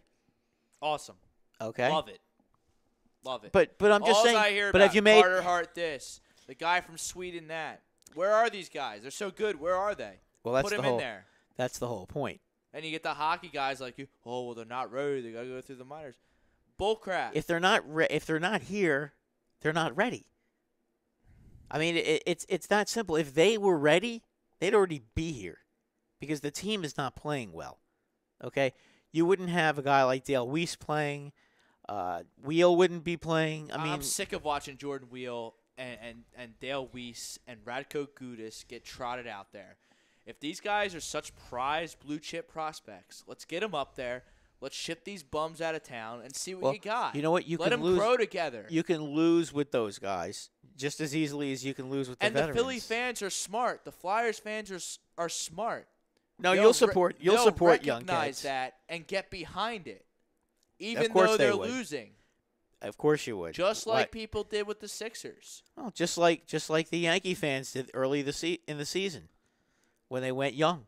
I mean, it can happen. You But bring in young Hextall guys. is doing such a disservice to the fans, his head coach, his own job, by trying to, try and fool an intelligent fan base like the Flyers that the guys like Wheel, the guys like Filippa, the guys like Jordan Wheel and Brian Elliott and Radko Gudas can band together and make a playoff push. Everybody knows that's a bunch of bullcrap. Well, the only way that they can improve this team, as I said, they would have to mortgage the future a little bit. But if you're going to mortgage the future, but if you're trading for a 24-year-old, is that really mortgaging the future, or is that just trading for a younger guy? Listen, further along in the process of becoming a professional hockey player. That is where I'm going with this. I'm not saying. What if Moran's never good? What if he's never ready? You don't We've know. seen that a bunch of times. Sure, you did. What if Sanheim's never ready? Exactly. What if he just can't hack it? You don't know that he can right now. You don't know, and you know what? The fact that he's not up right now is a bad sign. But my problem with Hextall is he's insulting a smart fan base's intelligence. Yeah, well, he's not. This is why I think Hextall gets a little bit of a pass. Well, I give him a pass because Hextall has not done anything to get this team to improve this team. They don't have enough talent right now to compete in the Metropolitan Division. If you take a look at the teams in the Metropolitan Division, okay, and I think we've said it before, the New York Rangers, okay, who are on the outside looking in right now, they've won 10 of their last 12 games, and they're still at 1 point out of the playoffs right now. That's how competitive the Metropolitan Division is. Okay, you've got teams like the Islanders who have picked it up this year, the surprising Devils, and then you've got teams like the Capitals, the Penguins, and the Blue Jackets, who are going to be real good teams. It's time for Hextall to get with the program because these teams are all good young teams. You're going to be standing waiting for the train if you don't start doing something soon. It's totally going to get away from them. It starts tonight in Calgary. This is a tough road trip for them. It's already away from them. They've lost 10 straight games. I understand that, and they're falling. They're starting to fall very far behind. There's still 50 games to go in the season, 53 or 54 games. It's not over yet. They could still make a run and get back into it, but they're going to have to do something soon. You can't just sit there and wait for this to happen. You've got to start doing something and do it fast, because you know what? If they wait till the trade deadline, then I don't even know who they could trade at the trade deadline that's really going to help them. Flyers are underway midway through the first period. It's 0-0 out in Calgary. And again, you're playing against a Flames team that is really, really in dire straits right now, and they almost have to win. You look at the Flames. The Flames went out and got Mike Smith to play goal. The Flames have done a lot of. If you take a look at their roster, they went and they got Travis Hamonic from the Islanders. They got Dougie Hamilton from the Bruins. They've made some moves to improve that team. The Philadelphia Flyers have not done anything to improve this team. They just haven't. And, they keep going with these guys. And really, other than Patrick, who I think is going to be a very good player, Raffle never seems to really do anything. He's been around a while. How long do you continue to go with him? When from a Flyers standpoint, yeah, how much longer? You've got these guys. These guys. In my opinion, no longer. Yeah, he's been very disappointing, and he's probably out for With all these complementary pieces that Ron Hextall has assembled to go along with the big money guys, the top prospects, and Giroux and Voracek, they all suck. They stink. Oh, I know. So that's why it's a GM problem, in my opinion. Get a GM I agree. in here that has a clue who can evaluate talent. And see what you got in Hextall. Yeah, I just don't like what they're doing right now. I'm looking at the roster they have tonight. Okay, Couturier, Filppula, Giroux, down the middle they're okay. Okay, even though I know Giroux is not worth the money he's being paid, but the wings, you're just not getting any scoring out of the wings. Other than Couturier, really you're not getting any scoring out of almost anybody. They need to make a move. They've got all these young players in the minor leagues. You know what? Prospects are just that. They're prospects. First of all, you can't keep all of them, okay?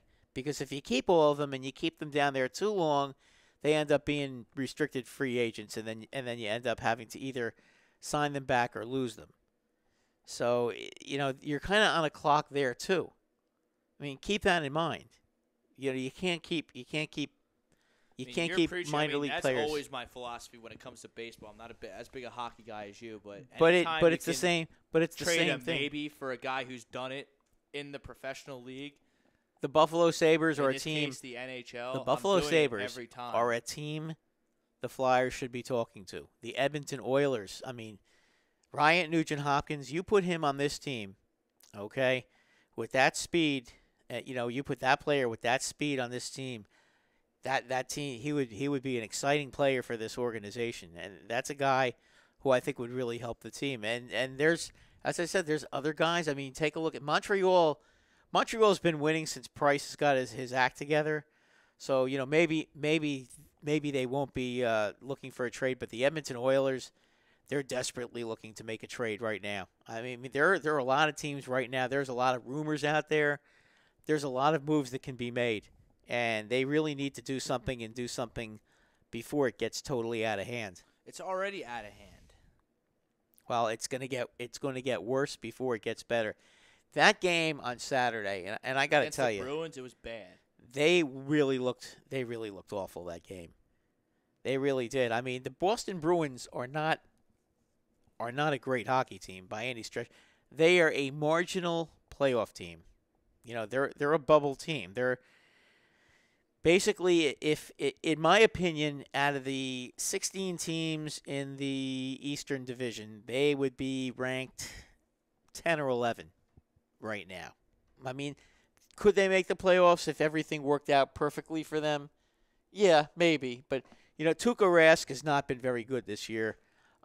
they're a banged up team. They've got a lot of young players in their lineup. And yet they go and they shut out the Flyers. That's just inexcusable. They've been shut out, 6 times already this year? A lot. That's too many. That's too many. I really do think at this point, Hextall has to make a move.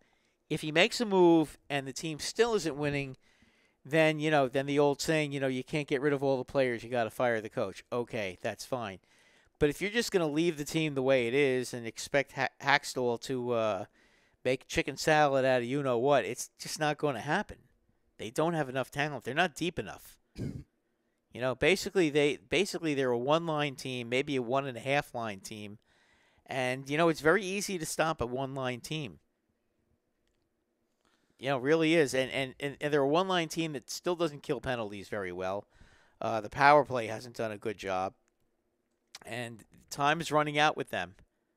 Now, I just wanted to touch on the Rangers just for a minute here. Go ahead. They have a very interesting schedule this week. After winning 10 of their last 12 to get them back in the playoff hunt, they have to go to Pittsburgh tomorrow night, which is going to be a very difficult game. Then they've got Washington in Washington, and then they have the Devils in Madison Square Garden. These are 3 games. These are 3 games without Mika Zibanejad, and you know what? They can't afford to lose these 3 games because if they do, then it's going to be very tough for them to make the playoffs. They're to start losing ground on all these teams that are ahead of them. This is kind of a make or break situation. The one good thing they have is that Ryan McDonough is back. He had missed 5 games with an abdominal strain, so he's back in the lineup again, and they need him. They can't afford to have both Ryan McDonough and Zibanejad out. That's just too much. You can't have your best defenseman and your best forward out at the same time. That's almost impossible to come back from. So they do have these guys back. They do have these guys back now. McDonough especially. They need to go out and they need to win 2 out of these next 3 games. No questions asked. I know it's asking a lot. It's a tough schedule, but you got to do it. Agreed. Good teams do that. That's what good teams do. Are Listen, the Rangers a good team? Th're better than the Flyers. We'll see if they're a good team. We'll see. The rest of the they've conference, I guess. They went out. They did win in Tampa Bay. How's your boy Shattenkirk doing with all that money? Shattenkirk's done a good job. He's a good player. I'm not sorry at all that they signed him. He has not been any kind of a problem. The Rangers' problem right now is that they still have Nick Holden on the team, which just you've heard me scream about him a million times. They still have Mark Stoll on the team, and he's terrible too. So they still have 2 defensemen who are playing regularly, who stink, and when they're out there, all hell breaks loose every time they're out there. So that continues to be a problem. Try putting some of our bums on the blue line up there in New York. See how that goes for you. Those guys are Gretzky and Messier compared to the slop the Flyers have on the blue line. Provorov is good, and I like Gostisbehere. I like those 2 guys. Yeah, there's 2 guys. No, I realize that. Those are 2 good young players. You have a 6-man defensive rotation in hockey. Is that correct? Yes, you Fair? do. Yeah. Okay. I don't like McDonald at all. Nobody does. I think he is your Mark Stoll. He's an overpaid player. He's a guy who makes a lot of money and is a trade straight up. What, McDonald for Stoll? Why? Yeah. I don't want to see Andrew McDonald on the Flyers anymore. Yeah, we don't want to see Stoll, but you know what? Trash for trash to me doesn't usually work. So I mean, it can't be worse when you look at it from the Flyers' perspective. You wouldn't want Stoll because I think he signed for like another 3 years at $6 million a year. I know McDonald is probably pretty much the same, right? I think McDonald is pretty much the same, is he not? Yeah, I think so. Yeah. Yeah. Pretty much. Way too much money for way too many years. Yeah. And just not good. They're both puck stop. Let's put it this way. They're both puck stoppers. When Stoll gets the puck, okay, he's not passing the puck forward to a forward to start a rush, okay?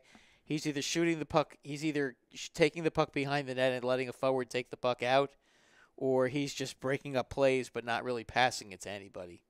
And those kind of defensemen in today's NHL are called puck stoppers, and they're not good.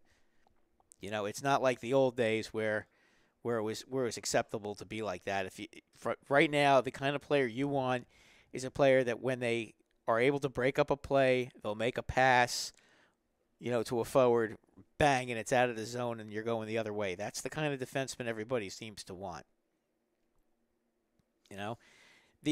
What the Flyers want to do is what the Winnipeg Jets have basically done. And if you take a look at the Winnipeg Jets, they're a young team that loaded up with all those draft choices, and now they're playing great hockey. That's what they're trying to do.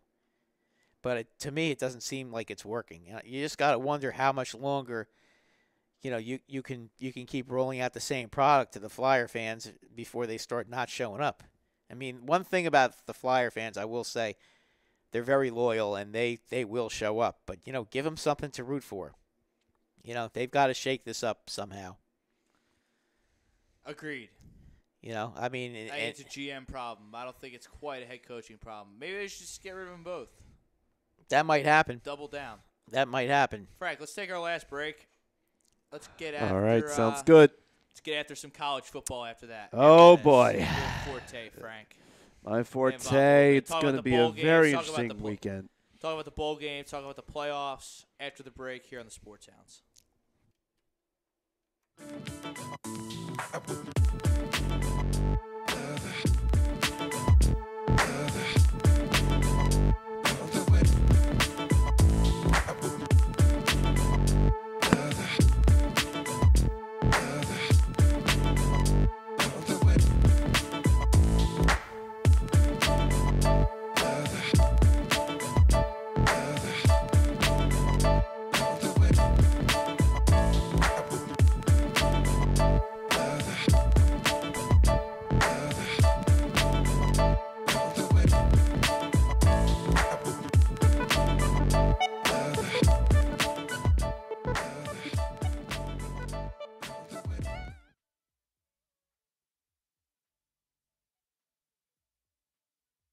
Hi, folks. Bob Mannery here. You're listening to A2D Radio, real sports talk radio for the fans, by the fans, no agenda.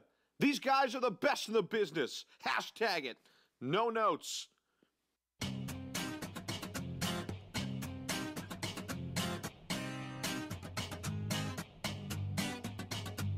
A2DRadio.com is proudly sponsored by Gibson Mayer LLC Certified Public Accountants. Gibson Mayer, located in Yardley, PA, is a leading accounting and business consulting firm with a proven track record of handling critical issues with expertise across many different industries, including construction, distribution, hospitality, manufacturing, real estate, service trades, merchandising, professional services, and professional athletes.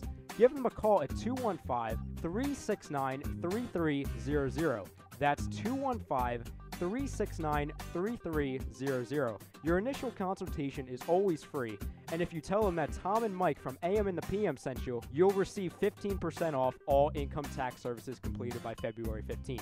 That's Gibson Mayer LLC Certified Public Accountants, 215-369-3300, or visit them on the web at www.gibsonmayer.com. That's gibsonmayer.com.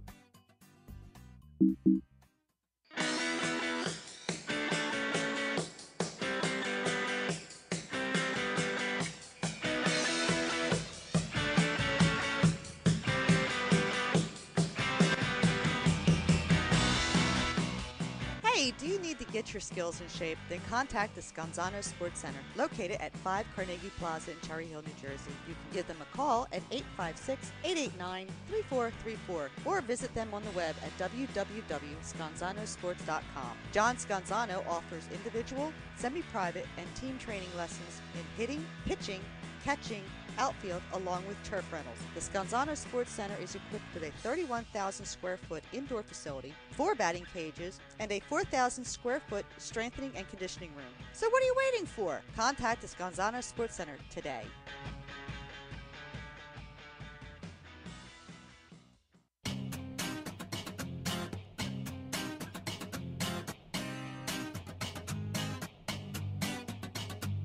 A2DRadio.com is proudly sponsored by Gibson Mayer LLC Certified Public Accountants. Gibson Mayer, located in Yardley, PA, is a leading accounting and business consulting firm with a proven track record of handling critical issues with expertise across many different industries, including construction, distribution, hospitality, manufacturing, real estate, service trades, merchandising, professional services, and professional athletes. Give them a call at 215-369-3300. That's 215-369-3300. Your initial consultation is always free, and if you tell them that Tom and Mike from AM and the PM sent you, you'll receive 15% off all income tax services completed by February 15th. That's Gibson Mayer LLC Certified Public Accountants, 215-369-3300, or visit them on the web at www.gibsonmayer.com. That's gibsonmayer.com.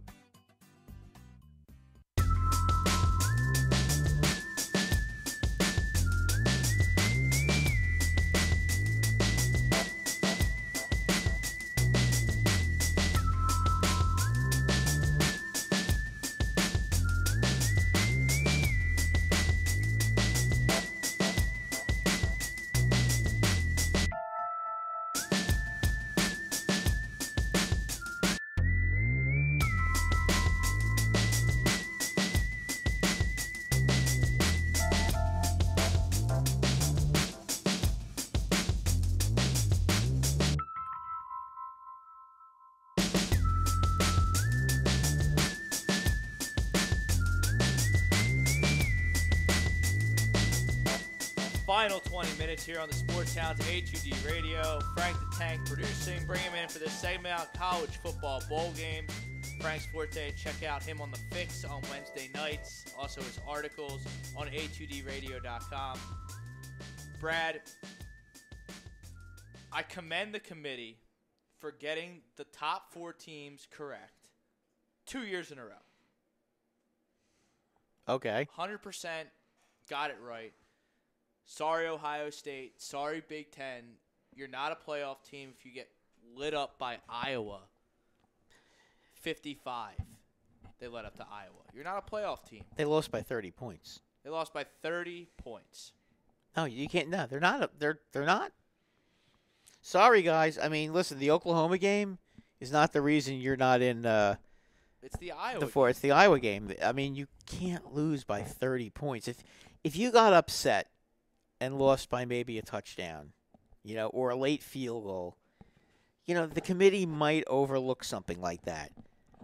Because you do have some strong wins. I mean, you beat Penn State. You beat Michigan State. You beat Michigan.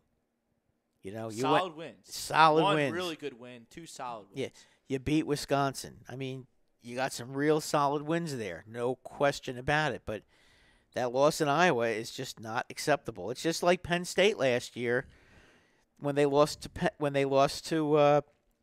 Pittsburgh. You can't lose games like that. You just can't. You can't expect to be a top 4 team in the country and lose games like that. Listen, I said it last week. There's not an argument that you can make to me that Alabama is not one of the 4 best teams in the country. And you can't tell me that Alabama isn't better than Ohio State. What do you think, Frank? Bama, Ohio. I know you think they got hosed. I'm going to stand by the belief that Ohio State did get hosed. I mean, you have to win your conference in order to win a playoff spot. Ohio State did just that. But I was taking a look at something. I was looking at a couple mathematical stuff to see what could be the best way to improve the playoff, and I was taking a look at the strength of victories. If you looked at the strength of victories, Alabama overall, they have a strength of victory of .548, which is pretty good. What does that mean? Is that the percentage of the teams? Well, I think the exact .548. The exact thing is that in order to conduct the actual strength of victory, you have to take the scores of the games and do a little math around them. So I think it's really tough to explain, but then what I did was I averaged them up. So Alabama, because of their 2 shutouts, they recorded a strength of victory of 1. So you have to factor all that in there, and I factored in that losses as well, which got the .548. Ohio State with the 2 losses, I mean, it didn't look pretty good. So if you look at the strength of victory for Alabama with a .548, Ohio State, I believe, if I did the math correctly, their strength of victory was not that good at all. So I think the committee, I mean, if they did get it right according to them. Frank, you watch college football. I do. You're a big fan of Frank, it. Yes. It's not math class. I know it's not math. College If football Alabama playoff played Ohio debate. State, Right. Who would win? who would Who win? would win? Oh, jeez. I mean, Alabama would win. Now, are we talking about Alabama at their peak without the injuries, If or they played Saturday. If they played played on Saturday? Alabama would win. Huh. That's going to be a tough one. I mean, J.T. Barrett, great quarterback. I mean, you have a great defense with Ohio State. But, I mean, if you look at a good That's not a great defense. That it's not defense a great got defense. murdered by Penn State. They got murdered by Yeah, Iowa. They did, yeah. But Oklahoma carved them up. Oklahoma did carve them up, so I could give the slight nod to Alabama. But I mean, Which is why they're in the which is why they're in, which is why they're in the playoff. Exactly. I mean, I'm glad that Alabama's in there because Alabama is going to be playing Oklahoma in the play first. Clemson. They're Or playing are they Clemson. Okay, if Clemson played Ohio State, Clemson, they would hands down. murder. Oh, they yeah. would murder Ohio State. Clemson Oh, yeah. is a scary. Clemson's scary. Clemson against Alabama is going to be a very good game. I don't. Agree. I don't It'll be a agree, great but game. That'll be a close game. It I won't. have, I think it could be a one-score game. I have Clemson cooking in that game. I got Clemson with the win. I mean, I'm in the process of writing my bowl predictions right now, and looking at the game right now. Double digit. I have You Clemson think? winning against Alabama, but Yes. it's probably going to be a one-score game. I think it's a one-score game. Knowing with the linebacker I'll injuries, take that action. Two Scores at least. I'm going to give Clemson the nod. Now, for Georgia- the Fiesta Bowl. Georgia and Oklahoma. Now Georgia and Oklahoma, I actually That's like an this interesting matchup. game. That's a I good love one. this matchup. That's a good game. Looking at it, I mean, you basically have. I mean, it's going to be a lock. Baker Mayfield's going to get the Heisman Trophy. But looking at Georgia, they have a great defense, and I think they're going to have a chance to stop Oklahoma. So I'm going to give Georgia the nod with that one. So it's probably going to be Clemson, Georgia for the national championship, and Clemson repeats. Clemson. I mean, it's hard. There's a to good argue. chance. Hard to argue with that logic. Clemson, Georgia. I mean, Georgia versus Oklahoma. What a matchup that is. Oh yeah. You got the defense versus the offense. You got a tremendous running attack with Georgia. You got Jacob Fromm has just been killing it with Georgia. Jake Fromm really proved himself that he could be a reliable quarterback for the Bulldogs He's a young in the buck, future. too. And of course, you have that 1-2 punch of Nick Chubb and Sonny Michel as the running game. So that's definitely helping the Bulldogs' Kirby case. Smart. Kirby looks Smart. Like he's a great coach. I mean, Lincoln Riley looks like he's going to be. Yeah. He's a good coach out there in Oklahoma too. And nothing has been phasing Kirby Smart, which is basically great for this team. Like they haven't been bothered by the spotlight when they were the number 1 team. They haven't been bothered by the spotlight in the SEC championship. They put Auburn. They've been to bed in cool that game. and calm Right to all bed. year. They did. That was an impressive victory. There was really no doubt about it. Absolutely. Really throughout. I mean, I know it was close there in the first half for a little bit, but Georgia was in control that whole game. Oh yeah. I never Georgia's thought they were going to Georgia's defense was tremendous that game. I mean, Auburn tremendous all never. Year. I think Oklahoma's going to have their hands full in that playoff game. They're going to have a hard time. They're going to have a real hard time with Georgia. Oh yeah. Baker Mayfield is really good. That's such a good game. It is. It's going to be a great game. Now, Georgia and Alabama are both favorites as we open. Really? Alabama's favored over Clemson. That's right. Alabama, I believe, has That's what I saw is a 3-point favorite. I know that's probably going to change over the course of the next couple weeks. But yeah, Alabama is favored. That's a little surprising. That's gone A up bit of a since I surprise. looked. I think I'm they're looking really at it. factoring those injuries with those players coming back. So I think that's part of it too. Do you think that went into the consideration putting them in the playoff over Ohio State as well? It could be. It could be. I mean, I mean, I'm not part of the committee. I know there were a couple things going on with that committee. I know they actually had a committee of 10 at the point where they were conducting the Final Four. I think 3 of them were associated with some of the schools that were going to be considered for the playoff. But I mean, whatever the playoff thinks, I think they did factor the injuries, and knowing how good this Alabama team is. But listen, the Alabama team is not as good as some of the past editions. Right. I mean, it's not the They're great. still- they're good, They're a great but- team, but they haven't proved themselves that they're the best Alabama team in this decade so far. Alabama, the majority of the books, according to Sports Insight, have Alabama as a 2-point favorite. I think over that Clemson. changes over the next couple of weeks. Georgia, It is. Oklahoma, pretty slim, either 1.5 or 1. Georgia's All right, so that would favorite. be a coin toss right there. That's pretty much a coin, and I think that's accurate. Now, do they have any bowl games as far as the other top 10 teams, or is it just the outskirt games? I mean, We the got other- Washington playing Penn State. that's going to be a good one. That's going to be a good one. What about who's? Penn State a 2.5-point favorite, 3-point favorite, depending on where you look. That's Right. going to be a heck of I a would game. favor Washington in that game. Mm. You guys don't agree. Well, you told me last week I was nuts that Georgia was going to win the SEC championship game. No, so I well, think you're I'm right. pretty- You're right. I'd have to give you the benefit of the doubt with that. What about Ohio State? Who are they playing? Ohio State's going to play USC. That's going to be. That's going going to be. that's going to I be think one to Ohio watch. State. I think Ohio State's going to. Especially with 2 really Crush good 'em. draft prospects in Nick Bosa and Sam Darnold. I think that's going to be a very entertaining matchup. See what Darnold can do in that game. So Ohio State a solid 7-point favorite. yeah, I would give Ohio State the nod on that I one. like Ohio State in that game a lot. Now this guy Lamar Jackson, is that his name? Yes. The quarterback. Louisville. What? Yeah, he's on Louisville. Yes. Yeah. This guy, I took a look at some of the top quarterbacks as far as the pros go, who they're thinking for the pros. Right. They're saying Rosen, number 1, and Jackson, is that his name? Yes. Lamar Jackson. Lamar Jackson. He's number 2. I don't get that. Is at that all. team playing in a bowl game? Louisville is playing in a bowl game, They're playing Mississippi State. and Louisville is a 5.5-point favorite. Let me look at UCLA. I don't think UCLA got invited. Never mind. UCLA will be playing in a bowl game. I'm not sure which bowl game that is, but they're facing my dad's alma mater, Kansas State. I got the Cats with that one. Hey, Mississippi State, Louisville. I mean, I don't get it with Lamar Jackson. I mean, He is the second. He's building ranked. a franchise around him, Frank. He's second ranked right now. I like Lamar Jackson, but what I saw out of him in some of the important games for Louisville, he didn't look that impressive. I know he put up the video game like stats. Being the number 2 quarterback overall, that kind of raises a little bit of red flag for me.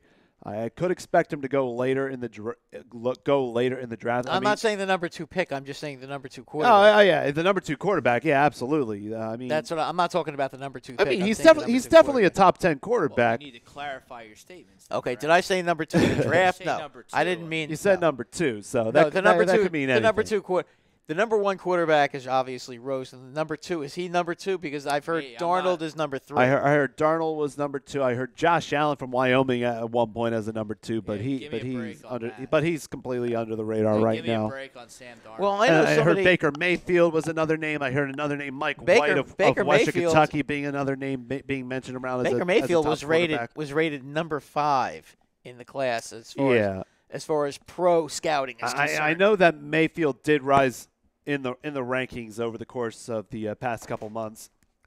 But he's still ranked number 5 as far as absolutely.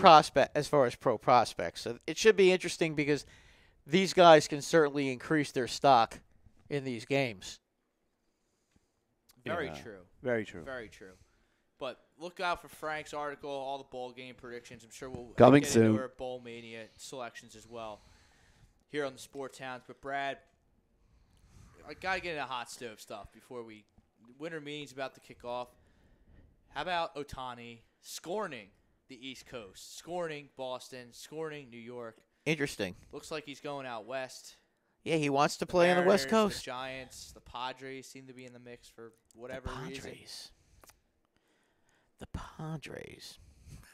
I don't know. Maybe it's just the Giants and the Mariners. Yeah, you know, sounds to me like he wants to be a big fish in a small pond kind of guy. He doesn't want to be in a place where Well, he wants to play outfield and pitch. He's Right. not going to do that in New York. And No. He's probably not going to do that in Boston either. no, he's not. Look, Mookie Betts is the right fielder in Boston.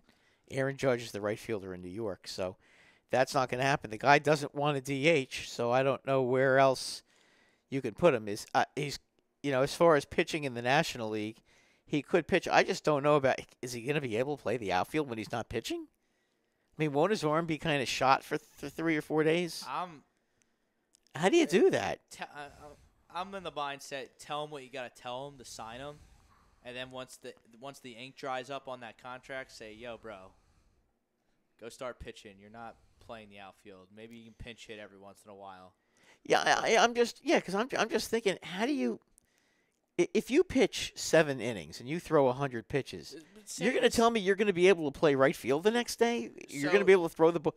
Boy, I'll tell you what, if he's I'm going to gun a guy out trying to score from second from right field after he threw 100 pitches, 85, 90, 100 pitches the day before, 2 days before. I mean, if that's me, I'm going from first to third every time a ball's hit to him the day after he pitches. Especially when you get into July and August and stuff like that. Yeah, when they start getting tired, I mean. And, that's great for the highlight reels and their scouting reports. But, you look at these guys, they got to pick. Maybe that's just the old-fashioned baseball person. Listen, if he wanted to play in the American League, he could DH. Then you don't have to worry about throwing. That'd be fine. Yeah, but he wants to play the outfield. I wouldn't be thrilled about it. I wouldn't do it with him every day. But yeah, no, I agree with you. Much less risky than having him play outfield after throwing 85 pitches 2 days before. Suppose he's a reliever. Jesus. But then how do you do that? Because how's he going to warm up in the bullpen? How's he going to warm up? He's got to pick. Yeah, he's going to have to pick, and maybe he can experiment a little bit if he goes to, he can experiment a little bit. For he can't be in the outfield Sooner or later, he's every gonna day. Have to pick. Yeah, he can't be in the outfield every day. And maybe that's what the Yankees and the Red Sox say. Look, you got to pick. Yeah. We want you as a pitcher, or maybe they said we want you as a hitter. I mean, I understand he plays first base in Japan. That'd be perfect if Boston wanted him to just hit and play first base. But he doesn't even want to play in Boston. He doesn't want to play in the East Coast. I mean, he obviously. I think he's going to be a stud ace. I mean, and what's funny? His agents have even said to him, the fact that you're not negotiating with the Yankees or Boston, you're really is a mistake. You should go back and at least talk to them, and he doesn't want to do that. So. And that's fine. Yeah, that's his choice. That's the beauty of free agency. If he wants to get paid, he should go back and talk to them. Yeah, but he's not going to get paid for at least another 2 years. Right, because of the new posting system. Right, that's right. Right, he won't get paid until he's 25 and he's 23, so he's got 2 more years before he gets paid. Look, you know what? You're right. He does unless he's willing to DH. It's not going to happen. And again, I don't know about playing first base either, Rob. You're going to tell me he's going to. He'd be a pitcher. I would tell him, look, we want you as a pitcher. If you want to come pitch and do the regimen and pinch hit, be a pitch, maybe we'll use you as a pinch hitter once you get your feet wet a little bit. I'm not playing these games with him in the outfield or him at first base. I'm not playing games with him running the bases. I'm not playing games with him being a casualty of something that happened 3 years ago when he was still in Japan because, someone plunked someone or someone did a bat flip and there's a whole brouhaha because someone in last place wants to prove a point and drill him in the ribs. Right, when he didn't even have anything to do with it, and then they'll just pick him to hit, which can happen. I think he's going to be a good player, and that's what happens in baseball. It polices itself. Oh, yeah, absolutely. Absolutely. So I'm not playing those games. No, I mean he's a pitcher. You're pitching. You're pitching. If you want to hit, play. If you want to hit, go to the American League and be a DH. Maybe I'm not thrilled about that, but I guess that could be a compromise. Yeah, but at least you're not gonna hurt your arm swinging a bat. At least you shouldn't. But I mean, even that could be risky sometimes. I mean, look at Gary Sanchez. Gary Sanchez blew out his elbow in April last year on a check swing. I mean, that could happen to really a pitcher. Messed up his bicep. Yeah, I mean, he was out for a month, and then it took him a month really to get going. So remember the one year? I know you do because you're a Yankees fan. The Yankees were playing in the Astros Stadium. When they had the Chim Ming Wong. And Chim Ming Oh Wong my God, broke yeah. his foot running the bases. And he was never the same. And that's what Chim Ming Wong was, He was dealing back then. He had Yes. won 19 games 2 years in a row. He broke his ankle running the bases, and he was never the same. So, like, I don't know. You have a point, Rob. know. You I'm really not- do. Yeah, you have a point. I mean, I'm drawing the line. I'm drawing the line with them. Because, number one, if I'm the general manager or owner, I'm not letting a guy, 23-year-old from Japan, dictate how I'm going to run my franchise. well, That that's wouldn't probably happen. Maybe that's me being egotistical. yeah, but you know and what? wanting You're to be the boss, but you know what that you. would not sit well with me. But And honestly, you watch him that's- pitch. You watch him pitch. He's a stud pitcher. He's got unbelievable stuff. he probably is. But you know what? He still has to prove it. That's true. I mean, He still has to prove does. it, and he still has to prove that he can hit. I mean, yeah, listen. Most of these guys that are really good in Japan, it's been proven time and time again. The top players in Japan are usually very good in the United States. But for every Hideki Matsui and Masahiro Tanaka and Hideo Nomo and Yu Darvish, you have a Keiagawa who stinks, or a Kaz Matsui who wasn't good. There's plenty been of enough those guys that have transitioned well from Japan that I'm comfortable giving him. Oh, a yeah, but I'm contract just and saying, a but it's chance not- and it's- trusting that he can lead my franchise. I'm just saying going it's not forward. it's not automatic. It's just like the Cuban guys. Nothing's automatic. Yeah, it's just like the Cuban guys. You don't really there's a pretty good chance they're going to be very good, but you can't be sure until they play. It's true. What about the Giancarlo Stanton watch? Looks like the Giants and the That Cardinals. would be quite a splash if they got Ohtani and then Stanton. That would be a Depending- pretty good. That would be a Depending pretty on what good. They would have to give up. That would be a pretty interesting. Do the Giants have enough gun? Do the Giants have a farm system to do that though? I thought they had no farm system. I don't know, but I keep hearing the Cardinals are the team that has the farm system because they got two supposedly young doesn't wanna pitchers. play for the Cardinals, which Yeah, I don't well. understand why. And he has a full no trade, so he can do whatever. he No, wants. I know. I'm just wondering. But Derek Jeter could also play hardball with him and say, "Okay, you're going to play for this team, and they're going to stink because we can't pay anybody." So he could play a game of chicken with Stanton and see what happens because they're not I under. think Stanton would ultimately accept the trade. I don't think he wants to be there in Miami. No, I don't either. But I'm just saying Jeter still has the leverage because he's still got 3 more years, I believe, right before he can opt out. Yeah. Okay. Yeah, that's correct. what I'm saying. Yeah, I think he has 3 more years. So To me, I don't understand why the Yankees aren't making a push. I read a scenario online today, which it was I wish they would pretty because asinine, where it's they going could to give up- spend. They could give up Gardner, Ellsbury, and Chase Headley for Stanton. That's not going to That happen. can never happen. Who came up with that one? I don't know. I forget where I read it. Oh, please! You know what he needs? he needs. Whoever came up with that one needs to put down the crack pipe. That's never happening. But I wouldn't have Gleyber Torres be a sticking point in getting Giancarlo Stanton in New York. But don't you think they're going to want Torres, Winslow, and Florial? They're going to want a lot. It they're- is Giancarlo Stanton. I know. I'm just But saying they're going to want those 3 guys probably. My point with them trading for Stanton is you don't have to worry about getting in a bidding war with whoever for Harper. Rob, I'm all for it because you know what? Harper is going to I cost think you Stanton- $40 million, and I think Stanton would be a bargain compared to what Harper's going to cost. I think Stanton's better in the clubhouse than Harper. Harper Well, seems like a Harper jerk seems off. like he kind of seems He seems like a jerk off. he seems like a douchebag. I mean, he's nobody They seems never to like win him. anything, So and I think he's partly to blame down there in Washington. is he though? They don't got know. a lot of issues. They got a lot Yeah, of they issues did. down there in There's Washington. always But there's always something. then you got Judge and Stanton and Sanchez. Yeah. That's a murderer's row. Frank's giving us a single. We got to hit the road. Next Monday, 8 to 10, Sports Hounds will be back. A2D Radio. Thanks for listening. Have a good night, everyone.